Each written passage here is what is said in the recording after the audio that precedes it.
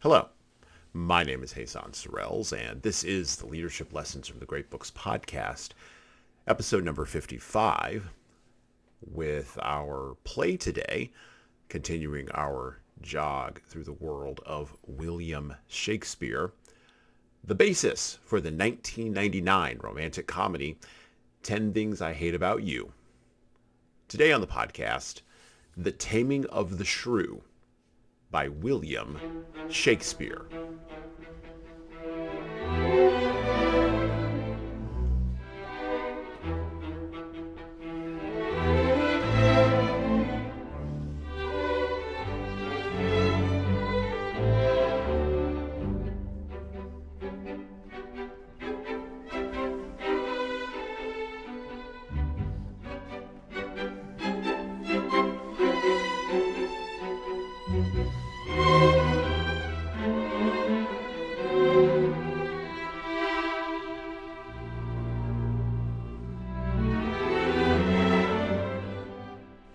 From The Taming of the Shrew, Act 1, Scene 1. Flourish. Enter Lucentio and his man, Tranio. Lucentio. Tranio, since for the great desire I had to see fair Padua, nursery of arts, I am arrived for fruitful Lombardy, the pleasant garden of great Italy, and by my father's love and leave am armed with his good will and thy good company. My trusty servant, well approved in all, here let us breathe and happily institute a course of learning and ingenious studies. Pisa, renowned for grave citizens, gave me my being and my father first. A merchant of great traffic through the world, Vincentio, come of the Bentivogli, Vincentio's son, brought up in Florence, it shall become to serve all hopes conceived to deck his fortune with his virtuous deeds. And therefore, Tranio, for the time I study virtue, and that part of philosophy will I apply that treats of happiness by virtue especially to be achieved. Tell me thy mind, for I have Pisa left, and am to Padua come, as he that leaves a shallow plash to plunge him in the deep, and with his satiety seeks to quench his thirst. Tranio. Mi perdonato, gentle master mine, I am in all affected as yourself, glad that you thus continue your resolve to suck the sweets of sweet philosophy. Only, good master, while we do admire this virtue and this moral discipline, let's be no Stoics nor stocks, I pray, or so devote to Aristotle's checks, as Ovid be an outcast quite abjured. Balk logic with acquaintance that you have, and practice rhetoric in your common talk. Music and poesy used to quicken you, the mathematics and the metaphysics, fall to them as you find your stomach serves you. No profit grows where is no pleasure taken. In brief, sir, study what you most affect.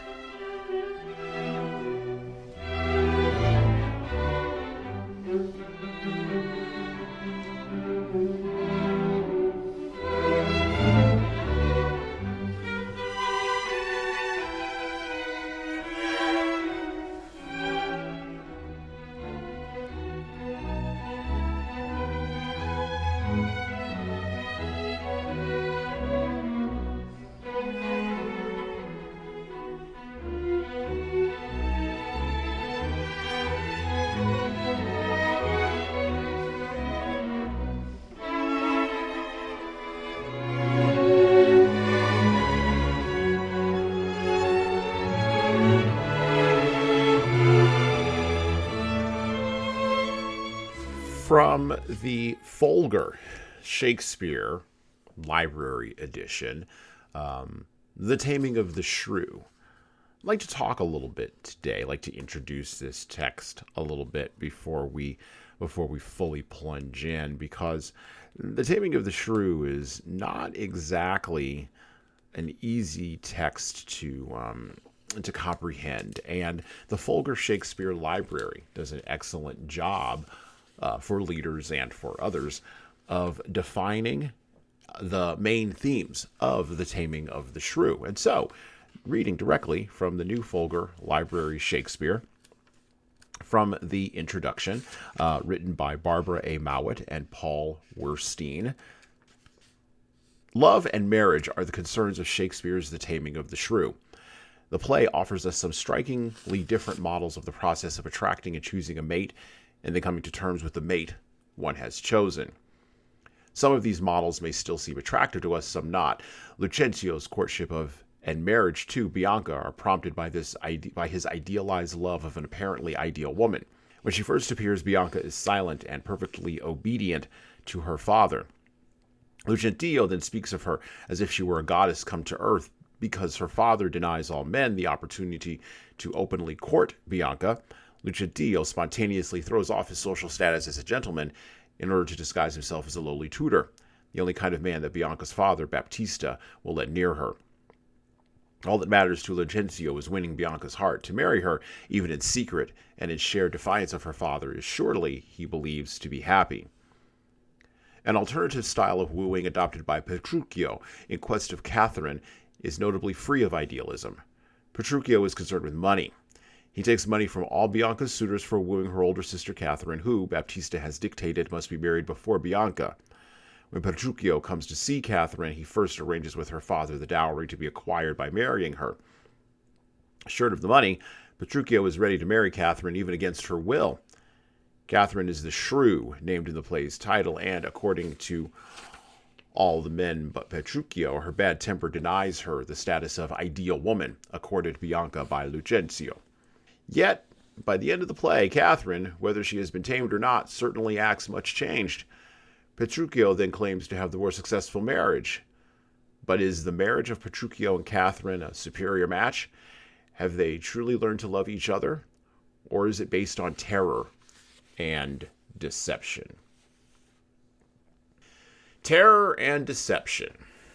You know, it's really interesting when we think about the beguiled, when we think about people who are self-deceived. Leaders very often drink their own Kool-Aid in relationships with their followers and with the organizations and systems that they serve. They fall in love, they create a match, a marriage, such as it were, between themselves and the organization, or themselves and the followers, and then the gloves come off. And then we get to see who really wins and who really loses. Women, in particular, in leadership roles, and this is one of the things that we will get from reading The Taming of the Shrew today on the podcast. Women in leadership roles tend to struggle for a whole variety of reasons, but primarily because of agency. Either their agency is taken away, as we saw in Mrs. Dalloway, on our episode on Mrs. Dalloway, or agency has to be cleverly extracted from male patriarchy, as we saw in our episode number 41 on Jane Austen and the annotated persuasion. For female leaders, they tend to walk the line between these two types of abysses, either extraction or lack thereof of agency. And yet, there is a third way.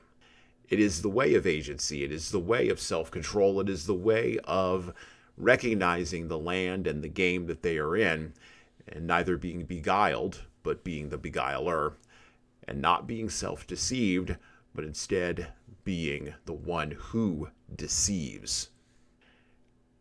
Catherine and Bianca, The Taming of the Shrew, and what it has to say about agency.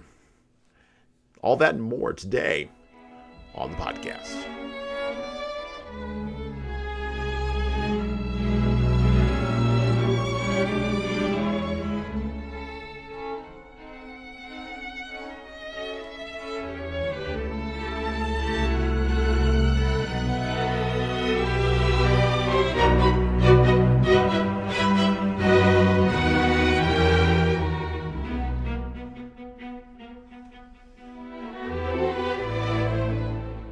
Back to the book, back to The Taming of the Shrew. Actually, not really back to the book, back to the play, The Taming of the Shrew by William Shakespeare.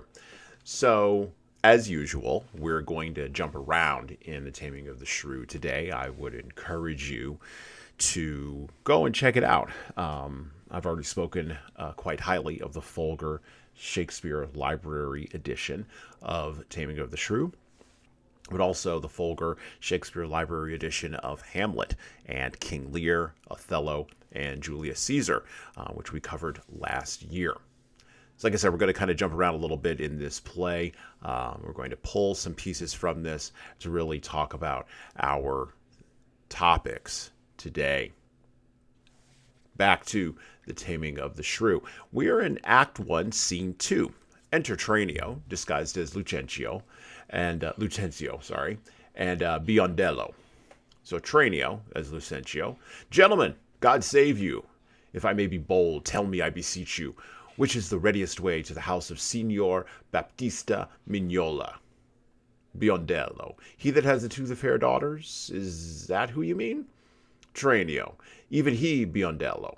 Gremio. Hark you, sir, you mean not her to... Tranio. Perhaps him and her, sir. What have you to do? Petruchio. Not her that chides, sir, at any hand, I pray. Tranio. I love no chiders, sir. Biondello. Let's away. Lucentio. Well begun, Tranio. Hortensio. Sir, a word ere you go. Are you a suitor to the maid you talk of, yea or no? Tranio. And if I be, sir, isn't any offence? Gremio. No, if without more words you will get you hence. Tranio. Why, sir, I pray, are not the streets as free for me as for you? Gremio. But so is not she. Tranio. For what reason, I beseech you? Gremio. For this reason, if you'll know, that she's the choice love of Signor Gremio. Hortensio. That she's the chosen of Signor Hortensio. Tranio.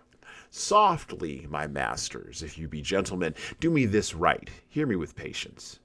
Baptista is a noble gentleman, to whom my father is not at all unknown, and were his daughter fairer than she is, she may more suitors have, and me for one. Fair Lida's daughter had 1,000 wooers, then well one more may fair Bianca have, and so she shall.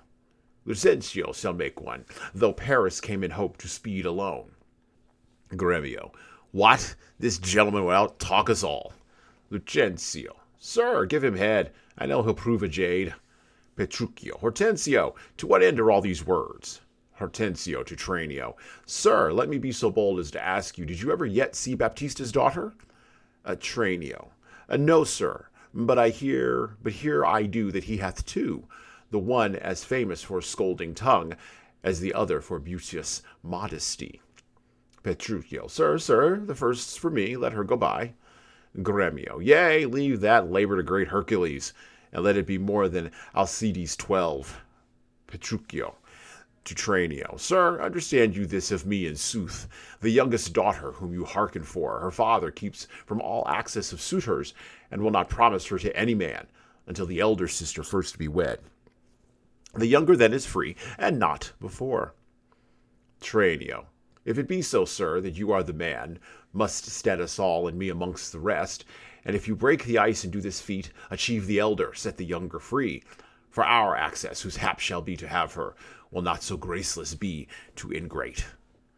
Hortensio. Sir, you say well, and well you do conceive, and since you do profess to be a suitor, you must, as we do, gratify this gentleman to whom we all rest generally beholding. Tranio. Sir, I shall not be slack in sign whereof. Please you, we may contrive this afternoon, and quaff carouses to our mistress's health, and do as adversaries do in law. Strive mightily, but eat and drink as friends.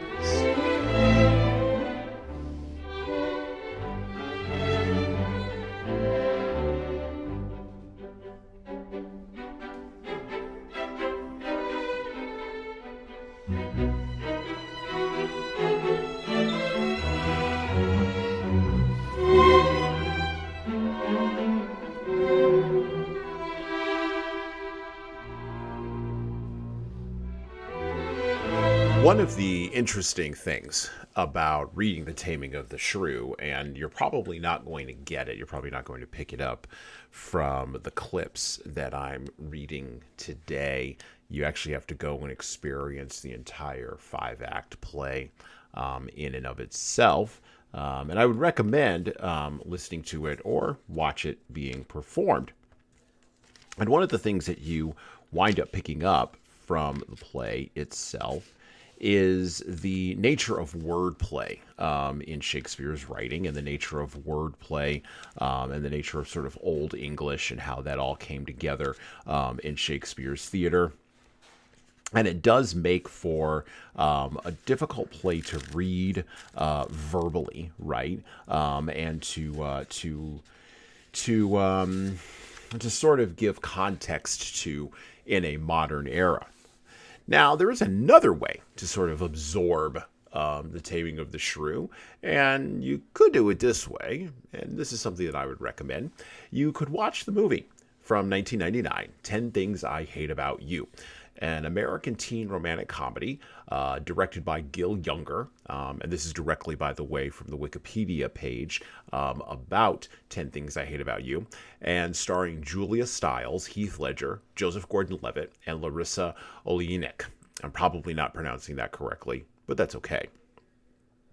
The screenplay by Karen McCullough Lutz and Kirsten Smith is a modernization of William Shakespeare's The Taming of the Shrew, retold in a late 1990s American high school setting. In the story, new student Cameron, Joseph Gordon-Levitt, is smitten with Bianca Oleynik, and in order to get around her father's strict rules on dating, attempts to get bad boy Patrick, Heath Ledger, a pre-Joker Heath Ledger, to date Bianca's ill-tempered sister, Kate. That would be Julia Stiles. The film is named after a poem Cat writes about her romance with Patrick. Much of the filming, of course, of 10 Things I Hate About You took place in the Seattle metropolitan area, with many scenes shot at Stadium High School in Tacoma, Washington. Released on March 31st, 1999, 10 Things I Hate About You grossed over $60 million and received generally positive reviews from critics. It had breakout and breakthrough roles for Stiles, Ledger, and Gordon-Levitt, all of whom were nominated for various teen-oriented awards back when they gave away teen-oriented awards. The film has since developed a cult following and is considered a classic of the teen film genre, and probably a little bit easier for you to get around than the version of Taming of the Shrew we are reading today. Now, one of the challenges that this play presents is it opens up a door, because when you talk about deception in the pursuit of love or lust, you have to realize who you're deceiving. Are you deceiving yourself, or are you deceiving the other party? And how much of love in general runs on deception. The other dynamics that are in Taming of the Shrew that make it a challenge sometimes for modern readers is the dynamic of the father and the daughter. In the world that we live in, the post-feminist, post-1960s world, daughters, quite frankly, have their own agency and quite frankly have a lot of power, right? And fathers are absent in many homes, let's be real. And so when we read something like Taming of the Shrew, it strikes our modern ears as being an anachronism, as being something that is unrelatable. We can't get our arms around it. We don't know why Baptista is so desiring to get the women out of his house that he's willing to be deceived in order to accomplish what is a nominal social goal. We don't understand why Catherine is framed as a shrew when in modern contemporary feminism, she would just be an authority. She would be an equal. And Bianca, while framed as being the catch and framed as being the heroine, in a modern contemporary feminist conception of Bianca, she would just be a poor, stupid victim. But what does this have to do with leadership? Well, quite frankly, leadership moves in the way that culture does, right? Culture drives leadership. Think about the culture that we have now in the West, right? We have cults of personality brought on to us by Steve Jobs. We have the democratization of leadership brought to us, well, by feminism and minority representation in organizations and structures. We have the breakdown of leadership in families and communities because of the decline of the nuclear family. And of course, we have the franchise of leadership being expanded while at the same time fracturing towards the edges. And we see this with various ideological movements that we've talked about here on the podcast. And yet, biology remains very powerful. Nature will have its way, and people will follow the Dionysian rather than the Apollonian.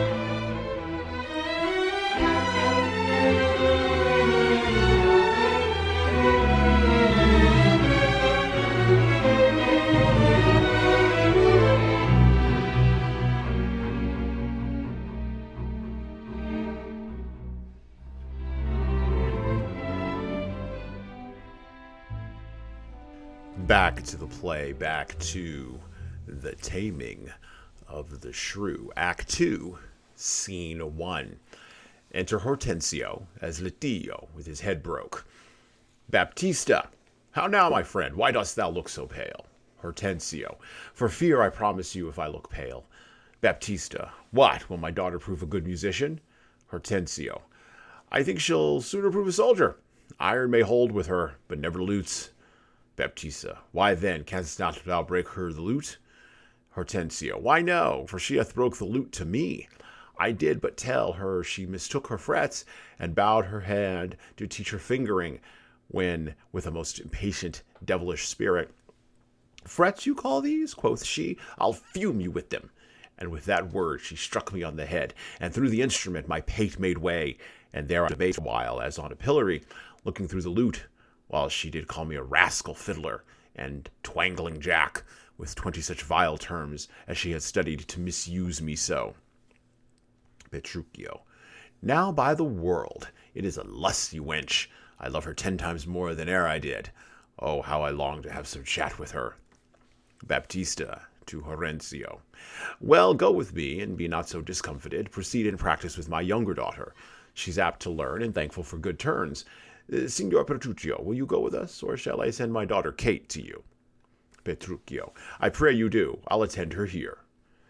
All but Petruchio exit. And woo her with some spirit when she comes. Say that she rail, why then I'll tell her plain she sings as sweetly as a nightingale. Say that she frown, I'll say she looks as clear as morning roses newly washed with dew. Say she be mute, and will not speak a word, then I'll commend her volubility, and say she uttereth piercing eloquence. If she do bid me pack, I'll give her thanks, as though she bid me to stay by her a week. If she deny to wed, I'll crave the day when I shall ask the banns, and when be married. But here she comes, and now, Petruchio, speak. Enter Catherine. Good morning, Kate, for that's your name, I hear. Catherine. Well, have you heard, but something hard of hearing? They call me Catherine, that do talk of me. Petruchio, you lie in faith, for you are just called plain Kate, and bonny Kate, and sometimes Kate the Cursed. But Kate, the prettiest Kate in Christendom, Kate of Kate Hall, my super dainty Kate, for dainties are all Kates, and therefore, Kate, take this of me, Kate, of my consolation. Hearing thy mildness praised in every town, thy virtue spoken of, and thy beauty sounded, yet not so deeply as to thee belongs, myself am moved to woo thee for my wife. Catherine, moved? In good time. Let him that moved you hither remove you hence. I knew you at first. You were immovable. Petruchio. Why? What's immovable? Catherine. A joint stool. Petruchio. Thou hast hit it. Come, sit on me. Catherine. Asses are made to bear, and so are you. Petruchio. Women are made to bear, and so are you. Catherine. No such jade as you, if mean you mean. Petruchio. Alas, good Kate, I will not burden thee, for knowing thee to be but young and light. Catherine. Too light for such a swain as you to catch, and yet as heavy as my weight should be. Petruchio. Should buzz. Catherine. Well taken, and like a buzzard. Petruchio. Oh, slow-winged turtle, shall a buzzard take thee? Catherine. For a turtle, as he takes a buzzard. Petruchio. Come, you wasp. Faith, you are too angry. Catherine. If I be waspish, best beware my sting. Petruchio. My remedy is then to pluck it out. Catherine, if the fool could find where it lies. Petruchio, who knows not where a wasp does wear his sting? In his tail. Catherine, in his tongue. Petruchio, whose tongue? Catherine, yours, if you talk of tails, and so farewell. Petruchio, what? With my tongue in your tail? Nay, come again, good Kate, I am a gentleman. Catherine, that I'll try. She smacks him. Petruchio, I swear I'll cuff you if you strike me again. Catherine, so you may lose your arms. If you strike me, you are no gentleman. And if no gentleman, why then no arms. Petruchio, a herald, Kate? Oh, put me in thy books. Catherine, what is your crest, a coxcomb? Petruchio, a combless cock, so Kate will be my hen. Catherine, no cock of mine. You crow too like a craven.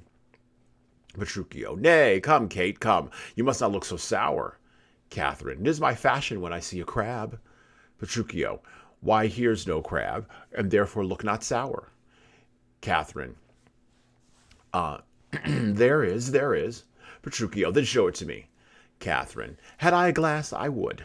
Petruchio, what? You mean my face? Catherine, well aimed with such a young one. Petruchio, now, by St. George, I am too young for you. Catherine, yet you are withered. Petruchio, 'tis with cares. Catherine, I care not. Petruchio, nay, hear you, Kate, in sooth you scape not so. Catherine, I chafe you if I tarry. Let me go.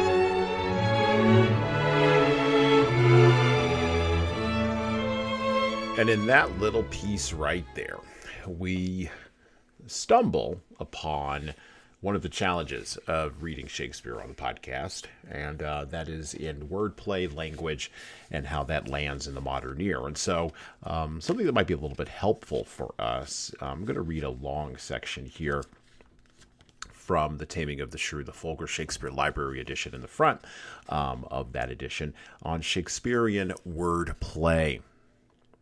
Shakespeare plays with language so often and so variously that entire books are written on the topic. Here we will mention only two kinds of wordplay, puns and metaphors. A pun is a play on words that sound the same but have different meanings. In The Taming of the Shrew, the scene that introduces us to Petruchio includes a long argument between Petruchio and his servant Grumio that turns on the word knock and the phrase knock me, by which Petruchio means knock for me on the gate, but which Grumio interprets as hit me. In Act 1, Scene 1, when Kate enters, she says to Baptista, I pray you, sir, it is your will to make a stale, i.e. laughingstock of me amongst these mates. Mates here means fellows. Hortensio replies with mates, maid? How mean you that? No mates for you, unless you were of a gentler, milder mold, where mates means husbands.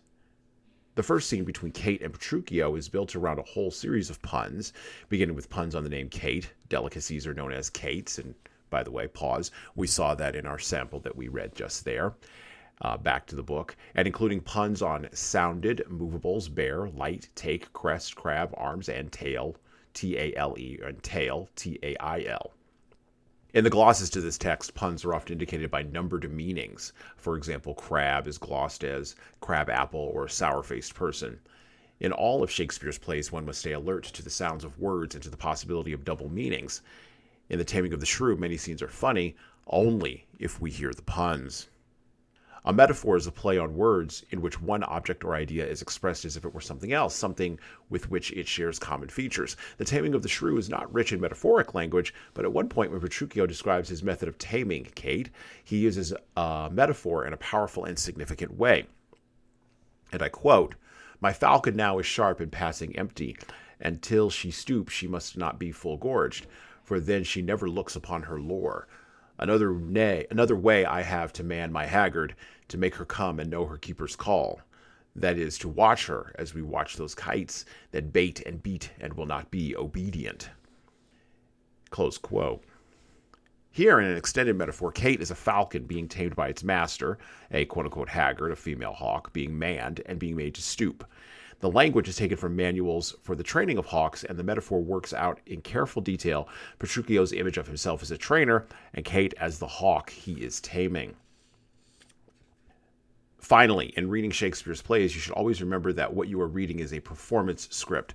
The dialogue is written to be spoken by actors who at the same time are moving, gesturing, picking up objects, weeping, and shaking their fists.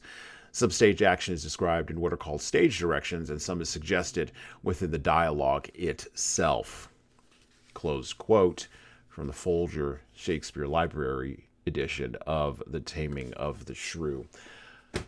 When we think about this play, when we think about leadership, we think about wordplay and irony. Words and their subtext have meaning. And there's a lesson for leaders here. I'm not just reading this just to be reading it.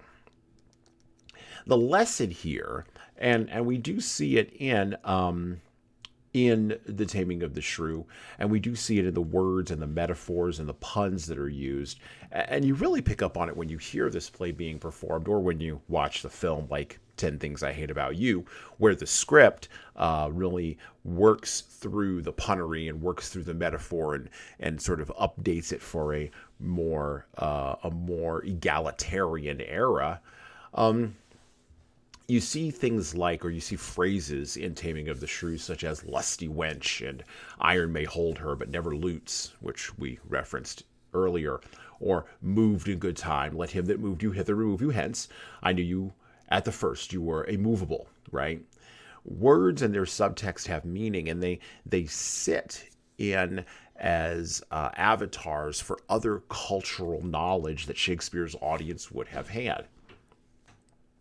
They also stand in for the social negotiation between not only men and women, but also, in the case of leadership, between leaders and followers. And this is something that we've talked about on the podcast before, but it bears talking about in the context of this romantic comedic play. Intimate relationships or relationships of any kind involve social negotiation, where women test men and men test women, but also followers test leaders and leaders test followers. Sometimes these tests are obvious. They are tests of resolve. They are tests of commitment to a consequence. Those are obvious. Commitment to the word that you are saying or commitment to a path you have chosen. But other tests are less obvious, and they are based on the subtext of the situation. All of this, of course, is testing for hierarchy. It's testing for status in the hierarchy. Status in the hierarchy and the testing of a leader in that hierarchy and the passing of that test by the leader in the hierarchy allows the leader to continue to lead. Just as it allows Petruchio to continue to woo Kate in spite of all of her objections.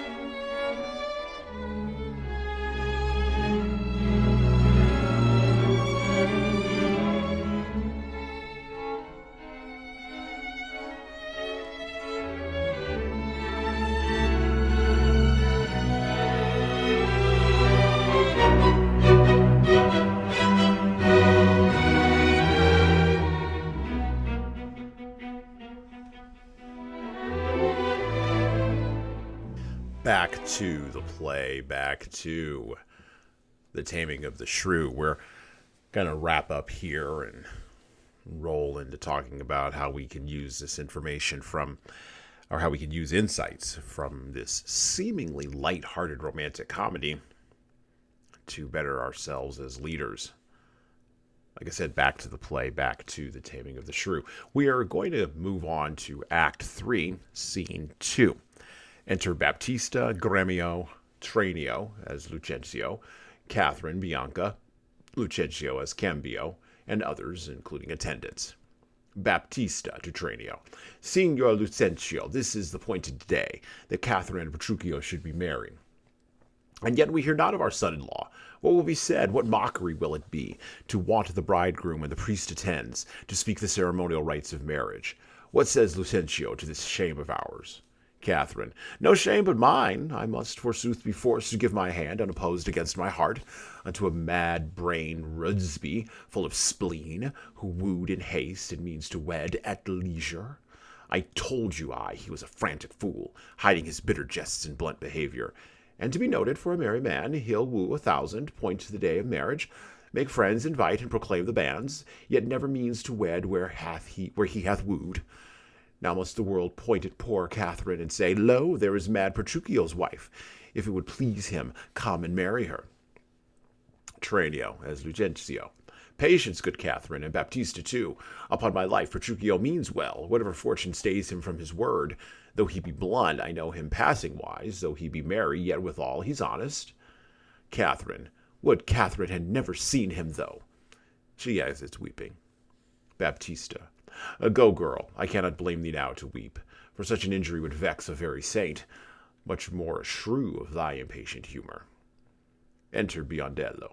Biondello. Master, news, and such old news as you have never heard of. Baptista. Is it new and old too? How may that be? Biondello. Why, is it not the news to hear of Petruchio's coming? Baptista. Is he come? Biondello. Why, no, sir. Baptista. What then? Biondello. He is coming. Baptista. When will he be here? Biondello. When he stands where I am and sees you there. Tranio, as Lucentio. But say, what to thine old news? Biondello. Why, Petruchio is coming in a new hat and an old jerkin, a pair of old breeches thrice turned, and a pair of boots that have been candle cases, one buckled, another laced, an old rusty sword taken out of town armory with a broken hilt, and chapless, with 2 broken points.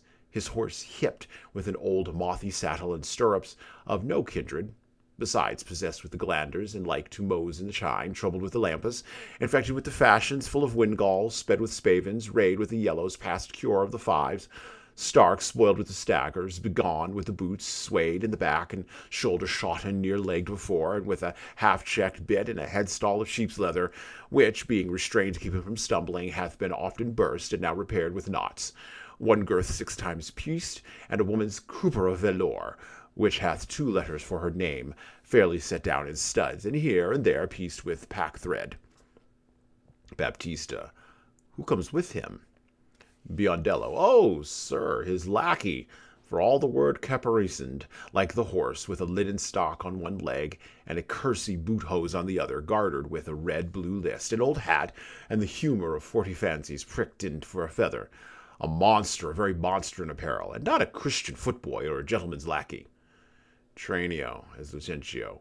'Tis some odd humour pricks him to this fashion, yet oftentimes he goes but mean apparelled. Baptista. I'm glad he's come, howsoever he comes. Biondello. Why, sir, he comes not. Baptista. Didst thou not say he comes? Biondello. Who? That Petruchio came? Baptista. Aye, that Petruchio came. Biondello. No, sir, I say his horse comes with him on his back. Baptista. Why, that's all one.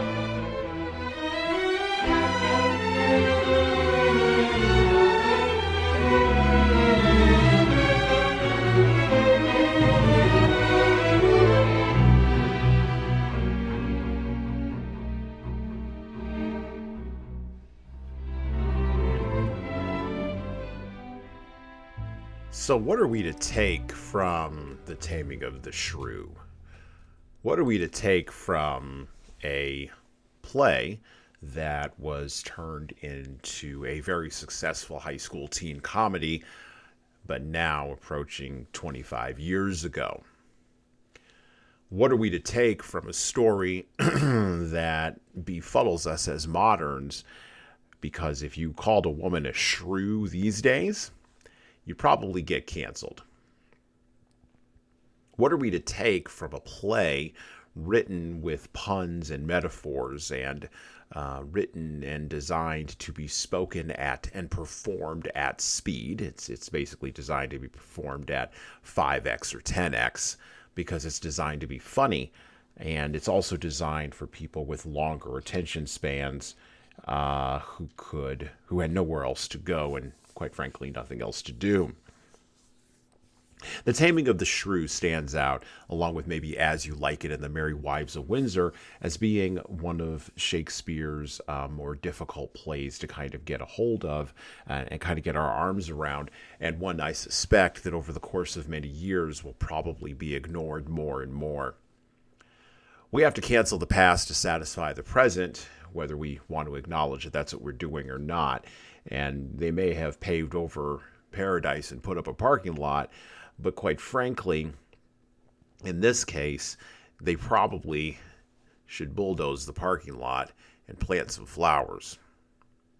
There are things to learn from Taming of the Shrew, things about social negotiation, things about being beguiled and being deceived and being self-deceived, things about agency and social roles, being trapped in places. And by the way, Petruchio and Hortensio and even Baptista are all trapped by their social roles too.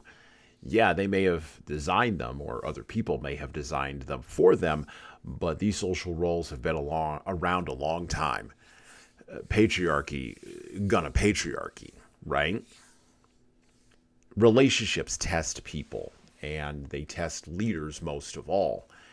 The past tests leaders, particularly a past that maybe we are uncomfortable staring at, we are uncomfortable acknowledging, we're uncomfortable dealing with in a really meaningful way. It's really interesting. I was going to have a co-host on this podcast today to talk about Taming of the Shrew, and even he admitted getting through the text was kind of difficult. We live in a post-literate culture, and by what I mean by that is our literacy has moved away from being focused on words and concepts and ideas. It has moved away from that, and in a lot of ways we are regressing towards a pagan mean of images, memes, videos, and pictures, laughing GIFs and emoticons that stand in as avatars for us. This is why the metaverse will probably, if it ever really takes off, be really attractive to folks, as will virtual reality, because it's just the next step down the visual literacy road. And yet, there are still people of the book, and I'm not just talking about Jews and Christians and Muslims. This is not just a religious statement. But the people of the book, the people who read books, are increasingly going to be seen as the elite. They're going to increasingly be seen as anachronistic in a world that has moved on. Kind of like leaders who read Shakespeare, particularly readers who read The Taming of the Shrew, and attempt to pull something from it that they can apply to their real lived leadership lives, even in these complicated yet visually stunning times in which we live. And well, that's it for me.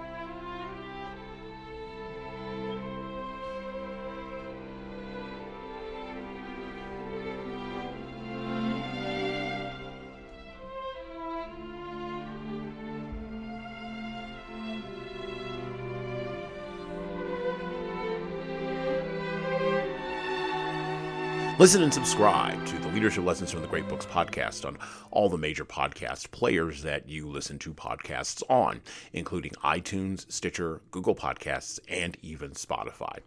And please leave a 5-star review if you like the show. We need those reviews to grow, and it's the easiest way to make sure that this show gets into the ears of the leaders who need to hear it. And of course, tell all your friends. If you want to get started on the leadership path, HSCT Publishing's products and services can help your team do that.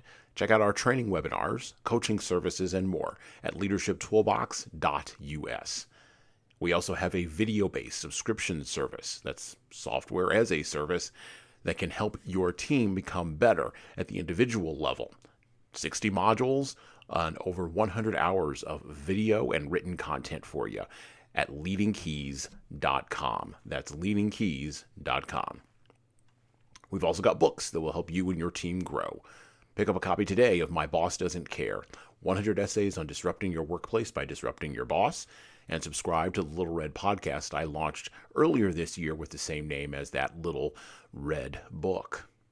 My most recent book is 12 Rules for Leaders, the Foundation of Intentional Leadership. Co-written with contributions from Bradley Madigan, this is the book for right now that was written for leaders right now.